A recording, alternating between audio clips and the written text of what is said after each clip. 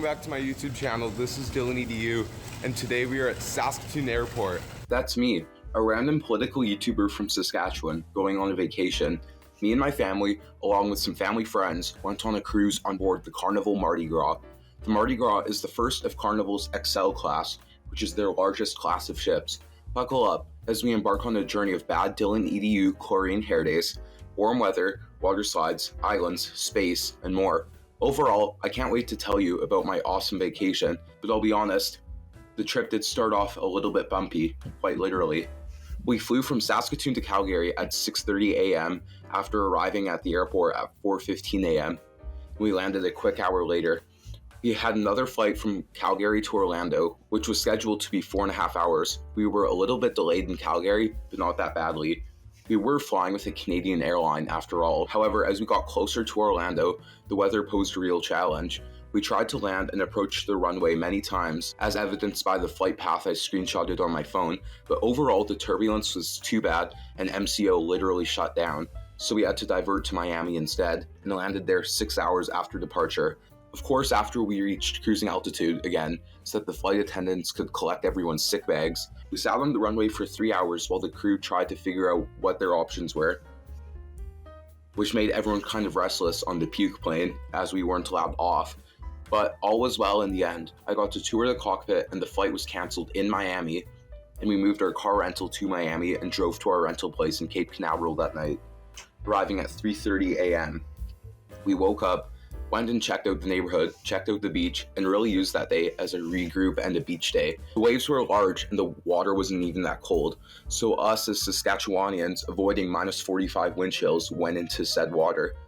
We also went to the Kennedy Space Center the next day and saw the vehicular assembly place, Saturn V, and other Apollo things. I touched the moon and saw things you see at Kennedy Space Center. We also went to Daytona Speedway and did a tour there, which, despite knowing nothing about cars, I found cool nonetheless. We ended that day by going to the beach and watching the cruise ships leave. Today is day 4, and what are we doing today? Going on a cruise. On January 13th, we boarded the Carnival Mardi Gras. We walked on, did our self-muster drill, and then went to grab a bite to eat. More on that later, and just explored the ship. Me and my family had been on the Carnival celebration the previous year, which is almost exactly like the Mardi Gras, so we knew what to expect, but we were interested to find the differences and do it again with more prior knowledge. I hopped on the water slides and watched us sail away, and peeked in on the Carnival sail away party. This was the only night we ate dinner at the Lido restaurant on deck 16, as we were looking for a more laid-back evening and a nice easy dinner with our friends. Welcome back. We're at the back of the boat after our first day on board the Carnival Mardi Gras, and I gotta say it was pretty good. And yeah, look at this ship. Like, roller coaster. There's the water slides, a little rocky, but overall, pretty excited. See you guys tomorrow. Good morning. It is day 2 of Mardi Gras cruise, and it's a sea day, and we are headed on our way to Nassau. But look how slow this ship is moving. Day 2 was a sea day, or a day without any port where the ship is in the ocean all day. We got our breakfast at the Lido as always. Usually ate at the Lido restaurant for breakfast, as did most others. However, since we stayed in a family harbor room, we also could and did eat breakfast in the family harbor lounge some mornings. The weather wasn't the greatest, as it was a bit windy and not very warm, but we made the most of it. We did the water slides and ropes course. On Mardi Gras, there are 3 water slides, a drop slide called Orange Thunder, a mat slide called Blue Lightning, and a standard slide called Twister. We eventually decided to just play some mini golf, which is hilarious and irritating when you're playing with little kids who don't know anything about mini golf. After that, we basically just ate dinner and did what we could around the ship. We ate dinner at the Palm restaurant, which is the main dining room. In the evenings, we mostly hung out at our respective kids and teens club, which you could register for during the first day. Circle C is for 12 to 14 and looks like this. Hey Dominican fans! Welcome back to the video. Today we're going to be talking about the cruise and politics in Canada. Another thing we did in the evenings was enjoy the entertainment at Grand Central and in the theater. We watched M Theory, which I'll be honest wasn't the best show we watched this cruise, but was okay by any measure. Good morning and welcome to Nassau. This is day 3 and our first port day. Yeah, we got Carnival right behind me. And back there's the oasis of the seas. But look at, there's Nassau, Bahamas. We're gonna be walking to Junkanoo Beach today, I think is the plan. So I'll keep you guys updated on that.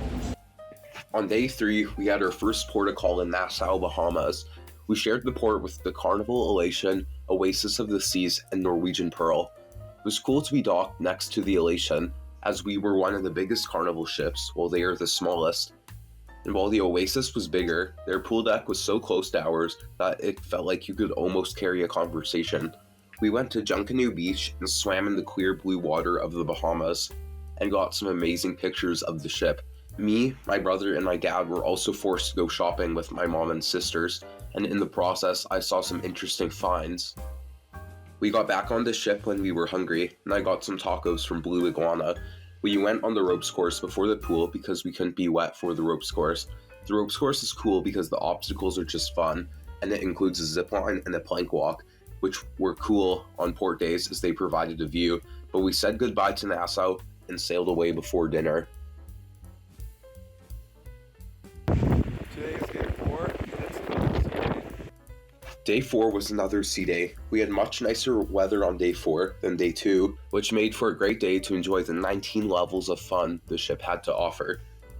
A quick side note, it's a good thing that I got over 20,000 steps every day of this cruise, because I ate triple what I usually eat on this cruise. The food on the top decks is just so good, especially for fast food. You could get burgers from Guy's Burger Joint, chicken from Shaq's Big Chicken, tacos from Blue Iguana, and there were many small street eats restaurants as well.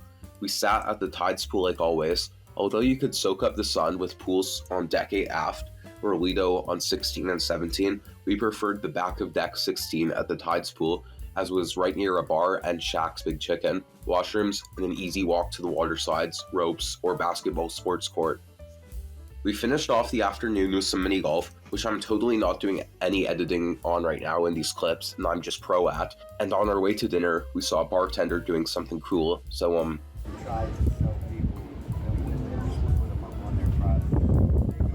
visited Amber Cove, Dominican Republic.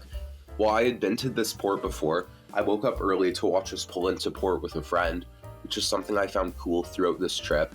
Amber Cove is a very convenient port to make a day out of. Owned by Carnival itself, we went to the free pool right off the pier and set up there. Me and my siblings also bought water slide passes, which were $5 USD, and gave you a day pass to use the slides. While in any port you could get an excursion and go on a tour, we chose just to make our own day in each port because the excursions were very expensive when multiplied by 6, and we knew we could have fun without them. Again, we got hungry and got back on the ship. We again went to our assigned dining at the Palm restaurant. I want to give a quick shout out to our waiter, Oscar. He was very funny and awesome to have around. Oscar learned all of our names, knew what we wanted before we even ordered it, and you could tell he was just putting that extra work in to make our evenings better. From there, I went to a comedy show with Happy Cole, which was quite funny. I ended the night by playing some cornhole with this kid outside on deck 8, and totally winning for sure 100%, definitely. Today's day 6 and we are in our last port of call of Grand Turk. Right behind me is the Carnival Freedom, which followed us from Amber Cove yesterday. Behind the Carnival Freedom is Grand Turk, the smallest island we have been to so far. On day 6, we visited Grand Turk in the Turks and Caicos Islands, so I can now say I've been to the United Kingdom, but that's not the point though. There was a small island and another Carnival developed port. We enjoyed our day by going to the beach right off the pier. There was also a cool monument and memorial thing of sorts to the splashdown of the first American in space near Grand Turk. I got a new shirt from Ron John's surf shop, walked on board, and you guessed it, got food. We left relatively early at 4:30 ship's time, and enjoyed our evening by eating dinner and going to another comedy show. The Limelight Lounge was quite nice, as there was an array for seating and a bar inside to order a drink for the show. Day 7, and it's the last day of our cruise. And we had already made it to day 7, our last day on the ship. It was a sea day, and I started it by riding on the Bolt roller coaster with my sister. which is the signature feature of the Carnival XL class ships. While $15 for 2 laps is a little steep, one doesn't go on the ship with a roller coaster and not go on the roller coaster. I ate at all of the poolside restaurants for the last times and went to the ropes course and water slides. You could feel the weather cool off as we headed closer and closer to Port Canaveral. We went to one last dinner where my siblings danced with the waiters during the nightly showtime. I watched one last comedy show, played some cornhole, and played mini golf with some guys I met on the cruise, and they followed the rules just about as well as you would expect a group of teenage guys to follow them. Overall, there was just so much to do and see on this ship. You could do as much or as little as you wanted, and there was always something fun to do. There was no shortage of places to grab a pop, swim, eat, or more. Then we got kicked off the cruise ship. On day 8, we had to all get off in the morning before 9:30, and boom, just like that, the cruise was over, as is this video.